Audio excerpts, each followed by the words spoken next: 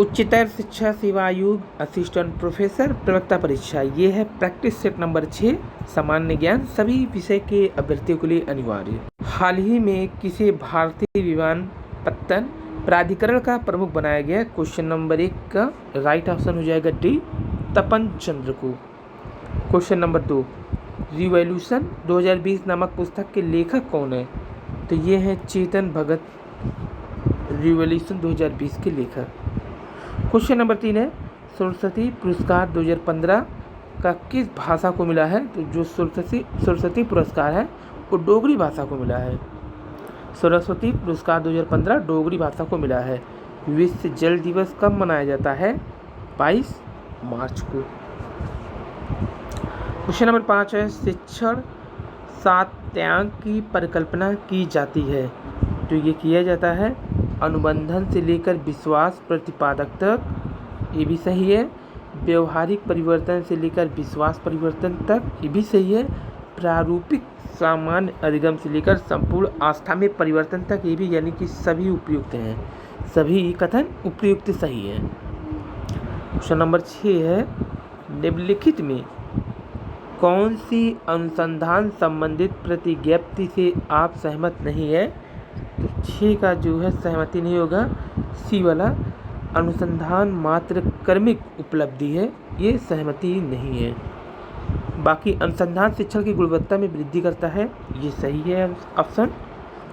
अनुसंधान अनेक समस्याओं के समाधान ढूंढने में सफल रहता है, ये भी सही है। अनुसंधान समाज की उन्नति में योगदान देता है, ये भी सही है। क्वेश्चन नंबर 7 है एक्स और वाई दो चर से संबंधित हैं, इसका अर्थ है कि दो चर क्या होगा? सी एक साथ परिवर्तित होते हैं। जब एक्स और वाई दो चर से संबंधित है तो इसका अर्थ यही है कि एक साथ ये परिवर्तित भी होंगे। क्वेश्चन नंबर 7 का सी। क्वेश्चन नंबर 8 है मानव संसाधन विकास मंत्रालय का गठन कब किया गया? 26 सितंबर 1985 को मानव विकास संसाधन मंत्रालय का गठन किया गया। 8 का option B right. Question number 9 निम्नलिखित में किसे विकासात्मक शोध के वर्ग में वर्गीकृत किया गया है? तो इसका राइट ऑप्शन है दार्शनिक तात्विक शोध को, क्रियात्मक शोध को, विवरणात्मक शोध को, यानी उपयुक्त सभी। तो वो चाहे विवरणात्मक शोध हो, चाहे क्रियात्मक शोध हो, चाहे दार्शनिक या तात्विक शोध हो, सभी हैं। Question number 10 Google search engine कब प्रारंभ किया गया? तो ये 1998 में किया गया। क्वेश्चन नंबर 11 है निम्नलिखित में से फन विद नंबर्स व एस्ट्रोलॉजी फॉर यूके के लेखक या लेखिका कौन है?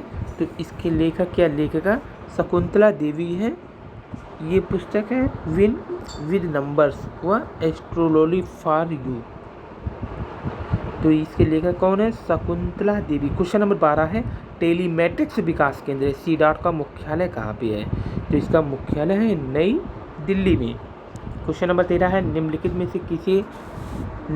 से किसमें DDT की सांद्रता सबसे अधिक होने की संभावना है? तो ये समुद्री चिड़िया में जो सबसे अधिक सांद्रता होने की संभावना है। क्वेश्चन नंबर 14 है ताजमहल को किसकी प्रदूषण से खतरा बना हुआ है? तो सल्फर डाइऑक्साइड। अब यहाँ पे मिलान करना है सूची 1 का सूची 2 से, तो जो राइट ऑप्शन हो जाएगा तो दिल्ली वाला ऑप्शन किस पे जाएगा? जो दिल्ली का ऑप्शन है, दिल्ली चला जाएगा जॉन निकल्सन पर। जॉन निकल्सन पर यहाँ पर ये, तो जॉन निकल्सन ये हो जाएंगे दिल्ली की। और उसके अलावा अब दूसरा आते हैं कानपुर, ये चले जाएंगे मेजर हैवलॉक यहाँ पे। लखनऊ ये चला जाएगा कालिन कैंपबेल पर। और फिर झांसी ये चला जाएगा सर ह्यूरोज पर, ये यहाँ। इलाहाबाद ये आ जाएगा जनरल नील। तो दिल्ली जॉन निकल्सन है, कानपुर मेजर हैवलॉक हैं, लखनऊ कॉलिन कैंपबेल हैं, और झांसी सर ह्यूरोज हैं, वहीं इलाहाबाद जनरल नील। यानी इस हिसाब से जो राइट ऑप्शन हो जाएगा 15 का, वो हो जाएगा डी, 15 का डी। भारत का मार्टिन लूथर किसे कहा गया है? तो 16 का राइट ऑप्शन बी हो जाएगा, दयानंद सरस्वती जी को कहा गया है भारत का मार्टिन लूथर। क्वेश्चन नंबर 17, ये भी मिलान ही करना है, तो इसको मिलान करना है ब्रह्मा समाज। ब्रह्मा समाज किस पर चला जाएगा? ये कलकत्ता, ब्रह्मा समाज चला जाएगा कलकत्ता, यानी ए का जो है तीसरे पे जाएगा। और फिर परमहंस मंडली ये चला जाएगा बम्बई। तो ब्रह्मा समाज ये है कलकत्ता, परमहंस मंडली ये है बम्बई उस समय, दक्कनी शिक्षा ये है पुणे, थियोसोफिकल सोसाइटी ये चला जाएगा न्यूयॉर्क में। तो इस हिसाब से जो राइट ऑप्शन हो जाएगा यहाँ पर 17 का बी, 3 4 1 2, 3 4 1 2। क्वेश्चन नंबर 18 है, सैडलर आयोग संबंधित था, तो ये शिक्षा से संबंधित था सैडलर आयोग। क्वेश्चन नंबर 19 है, वर्ष 2004 में सुनामी द्वारा भारत का कौन सा स्थान बुरी तरह से प्रभावित हुआ था?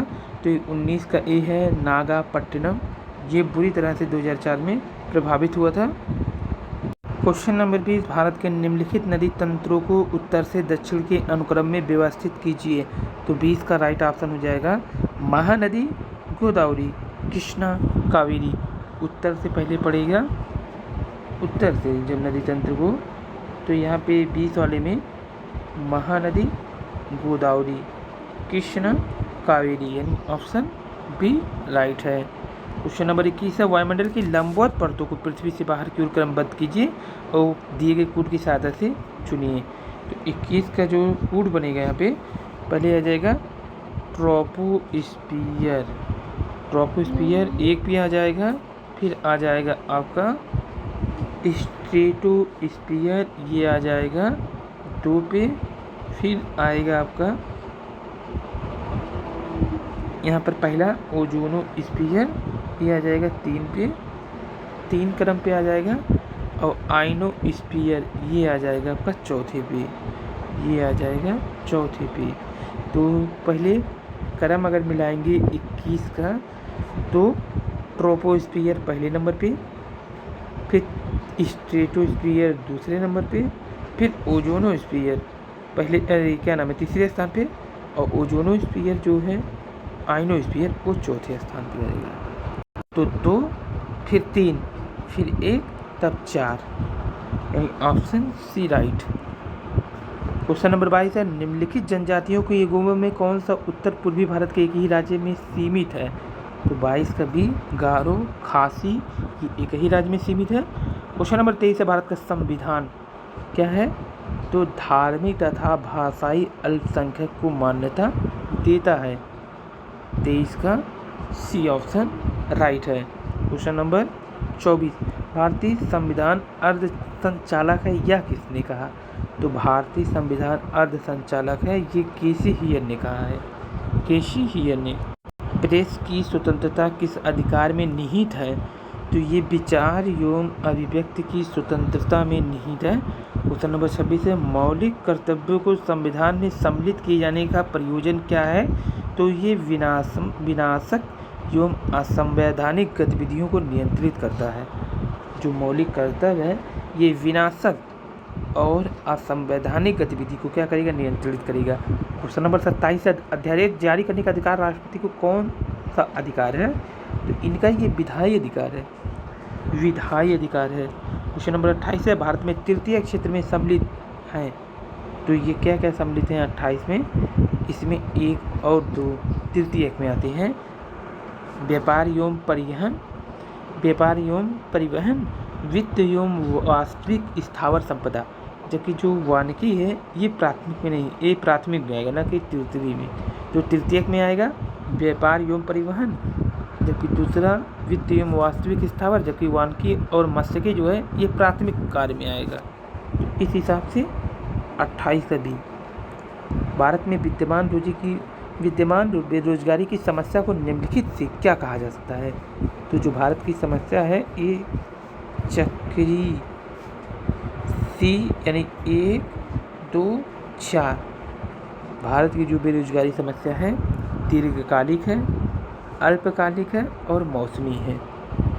तो क्वेश्चन नंबर 29 का राइट ऑप्शन सी है, चक्रीय नहीं होगा बल्कि यहाँ पे मौसमी बेरोजगारी है, अल्पकालिक है और दीर्घकालिक है। यही है भारत की बेरोजगारी में जो विद्यमान समस्या। क्वेश्चन नंबर 30 और अंतिम क्वेश्चन, भारतीय अर्थव्यवस्था के उदारीकरण की शुरुआत किसके साथ हुई?